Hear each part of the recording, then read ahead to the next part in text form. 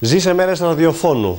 Έτσι πριν κλείσουμε την εκπομπή. Ζήσε μέρες ραδιοφώνου. Αυτό θα ζήσουν on air οι μαθητές του δεύτερου ΕΠΑΛ. Καλησπέρα στους καθηγητές, τον κύριο Κώστα Μιγδαλίτση και στον κύριο Αντώνη Ανδρεανίδη. Καλώς ήρθατε. Καλησπέρα.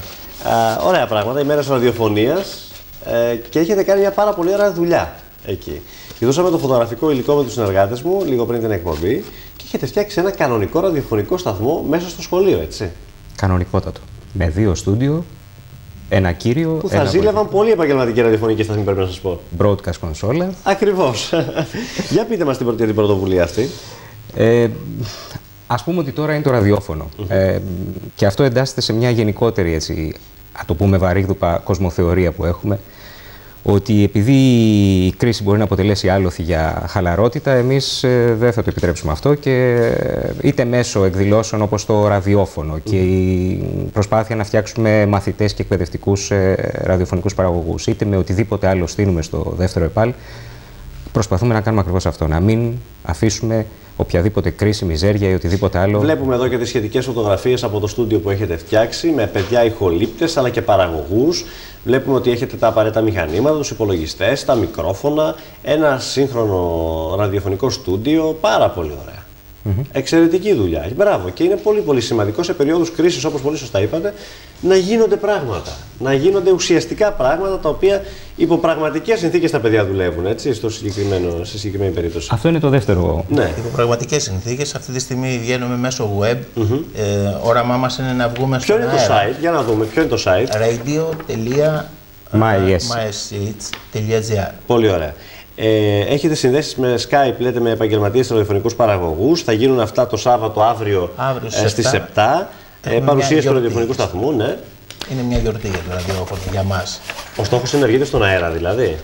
Ο πραγματικός μας στόχος να ξεκίνησε ήταν να βγούμε στον αέρα σε πραγματικές συνθήκες στα FM. Αλλά δεν υπάρχει το κατάλληλο νομικό πλαίσιο. Η τεχνολογία όμως μας έδωσε τη δυνατότητα να βγούμε μέσω ίντερνετ. Ωραία. Πώς θα το συνδυάσουμε λοιπόν τη Δευτέρα, ενδεχομένως, ή την Τρίτη, να είμαστε στον Άστρα FM και να κάνουμε μια ωραία αναμετάδοση με το δικό σας σταθμό και να συνδεθούμε ζωντανά και να βγείτε και στα FM τα παιδιά? Θα το οργανώσουμε αυτό, θα το σκεφτούμε. Αυτό είναι χις έργων, είναι πανεύκολο. Ναι, μπορεί να γίνει. Στην πρωινή μας εκπομπή, εγώ σας το προτείνω και τώρα στον αέρα για να το σκεφτείτε, δηλαδή και το Σαββατοκύριακο να το σκεφτούν και οι τεχνικοί. Το έχουμε διερευνήσει. Οι χρονικές καθυστερήσεις είναι ελάχιστες. Ναι.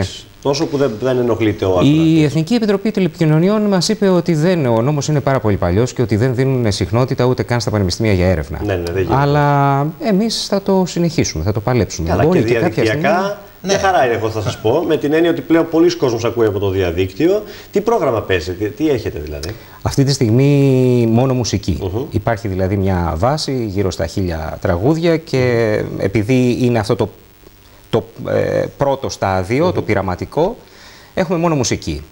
Αν όλα πάνε καλά και αν έχουμε ενδιαφέρον, που για την ώρα έχουν ήδη εκδηλώσει ενδιαφέρον αρκετά σχολεία με συναδέλφους που θέλουν να κάνουν τις εκπομπές τους μαζί με τους μαθητές τους, θα προχωρήσουμε σε κανονικό πρόγραμμα. Το οποίο πρόγραμμα και θα μπορεί να το παρακολουθεί κάποιος, ας πούμε, ζωντανά, γιατί δεν θα είναι πραγματικό ζωντανό, θα είναι μαγνητοφωνημένες εκπομπές. Λοιπόν, σας διακόπτω, διότι μόλις το είπαμε τώρα, για να δείτε ότι ο Άστρα λειτουργεί με πολύ καλά αντανακλαστικά, ο πρόεδρος μας, ο κ. Κοκκίνης, σας προτείνει εδώ αυτή την ώρα, επισήμως στην εκπομπή, ότι μπορείτε να κάνετε την πρακτική σας εξάσκηση τα παιδιά να έρθουν να κάνουν στο δικό μας ραδιόφωνο, στον Άστρα FM στους 97 και 3 και τις πραγματικές συνθήκες του ραδιοφώνου, και θα σας δώσουμε και μία ώρα για να έχετε δική σας εκπομπή. Είναι η επίσημη πρόταση του καναλιού, λοιπόν. Έτσι, θα κάνουμε και συνδέσεις από το σχολείο σας για να το κάνουμε πιο ωραίο και να έρθετε και στον Άστρα FM να δουν και τα παιδιά στις πραγματικές συνθήκες και να μπορέσετε να το προχωρήσετε και να τους δώσουμε έτσι και το ένασμα να προχωρήσουν.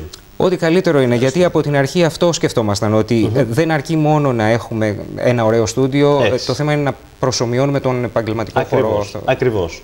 Γι' αυτό και τις δημιουργήσαμε αυτές τις συνθήκες. Μα ακριβώς, και έχετε δημιουργήσει πολύ ωραίες συνθήκες, από ό,τι είδαμε και στις φωτογραφίες, εξαιρετικά επαγγελματικές συνθήκες, πραγματικά πολύ ωραίες συνθήκες.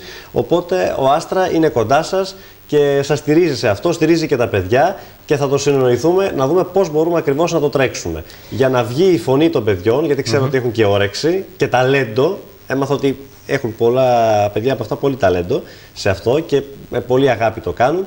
Να έρθουν σε πραγματικές συνθήκες, να βγουν στον αέρα και να τους ακούσουν στα FM, να τους ακούσει ο κόσμος. Να πούμε για τους αυριανούς καλεσμένους μας, να πούμε ότι θα έχουμε με συνδέσεις Skype τον Κώστα Αρβανίτη, την Λιάννα Μαστάθη ως μουσικό παραγωγό, τον συμπατριώτη Αντώνη Καρπετόπουλο και την...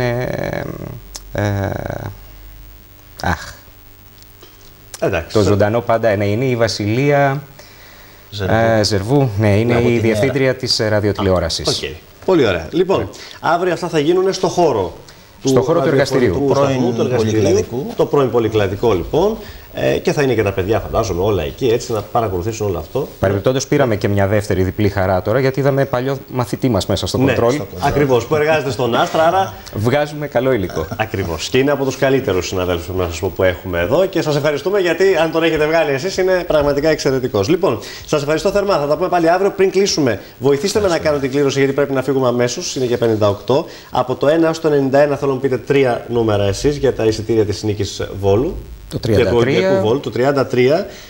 Τζορβατζής Γιάννης. Τζορβατζής Γιάννης, Ολυμπιακός Βόλου, Θρασίβουλος. Τζορβατζής Γιάννης, ένα εισιτήριο. Το 19. Το 19. Πετρόπουλος Βαλάντης, άλλο εισιτήριο, ναι. Και το 87. Το 87. Καρινάκης Αθανάσιος. Και εσείς άλλα δύο. Το 88. Το 88. Κουκουφίκης Δημήτριος. Και το 35. Και το 35 Δροσίτης Τρίφων. Λοιπόν, εσείς που ακούσατε τα ονόματά σας, έρχεστε μέχρι αύριο το πρωί στα στούντιο του Άστρα για να πάρετε τις προσκλήσεις Ολυμπιακός Βόλου Θρασίβουλος για το Πανθεσσαλικό Στάδιο, προσφορά του ΟΠΑΠ και της τηλεόρασης του Άστρα. Σας ευχαριστώ θερμά. Να είστε καλά. Θα τα ξαναπούμε ραδιοφωνικά πολύ σύντομα από εβδομάδα.